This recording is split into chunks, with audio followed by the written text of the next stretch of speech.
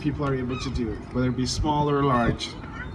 My family, I have a family now. I have two kids. My daughters, Sahana and Bhairavi, and my wife. We went to Pier 21 just the day before we came here, and we thought it was a very important journey for us to start there, because that is where close to 800,000 immigrants and refugees landed on our shores. But it's also currently the Museum of Immigration and Refugees. We saw the stories of waves of immigrants and refugees who've now called Canada home. We saw so many letters from visitors that marked their individual journeys to Canada, their notes to sailors, their notes to Canadians, and notes to the person who brought them here, and that was very, very special. But you know, in these journeys, what we find is there's many times as a country we also failed. We failed in 1914 when, for example, we failed to accept 376 Indians on the Commandant Maru, or the 908 Jews who were on the SS St. Louis, who went on to Europe, and many of them were the victims of the Holocaust.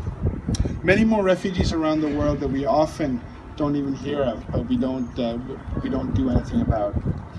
But in many ways, in many times, we have done the right thing. We did the right thing with the Vietnamese boat people in the 1970s, the Tamil boat people in 1986, and certainly recently the 25,000 Syrian refugees that have now come to Canada, and we hope that more will come in this year.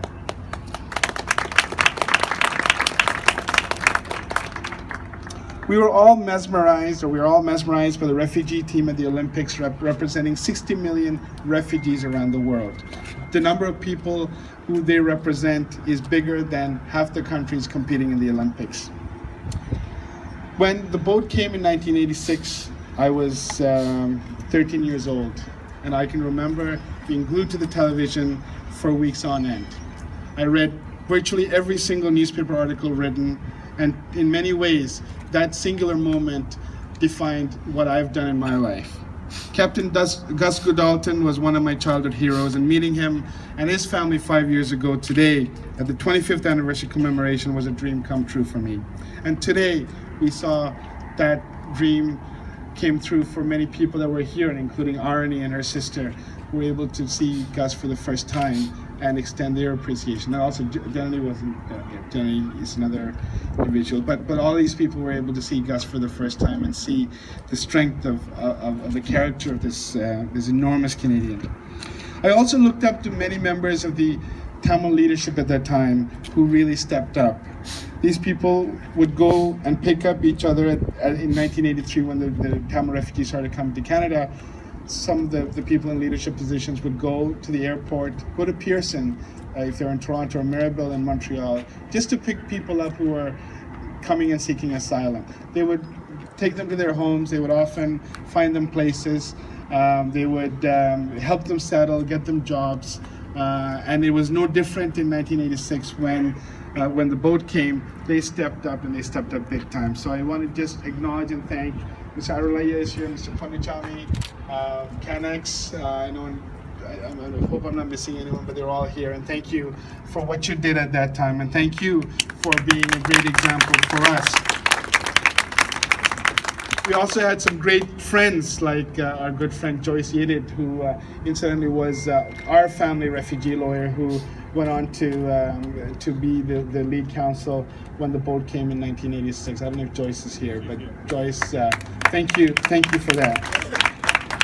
Having grown up watching all of these people, there was very little doubt about what I had to do in 2009 and 2010 when the Ocean Lady and the MV Sunsea landed on our shores.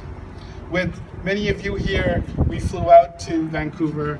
We set up an operation. We made sure through the Canadian Tamil Congress that the people that came on those boats received the same level of support and attention that the people did in 1986. And I want to thank all of you for doing that at that time. As a family, we were privileged this year to welcome the Syrian refugees that were coming to Pearson, and again, was a very important moment because we saw when we've come full circle in being able to receive the refugees that came to our shores and welcome them with the same openness that many of us were welcome when we came to this country.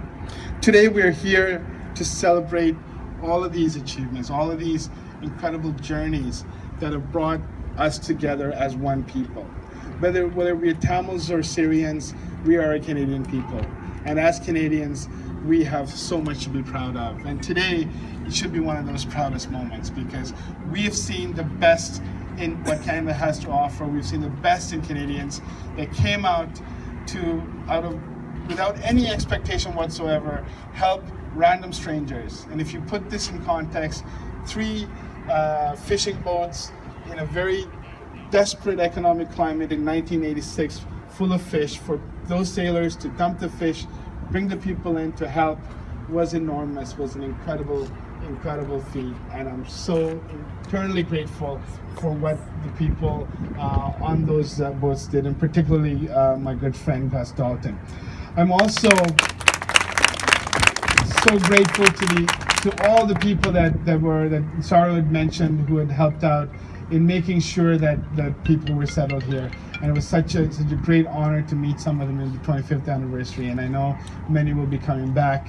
The members from the Coast Guard, our minister at that time of Minister of State for Immigration, as well as members of the Red Cross and so on. So it's an incredible story, and it's amazing to watch what they have done.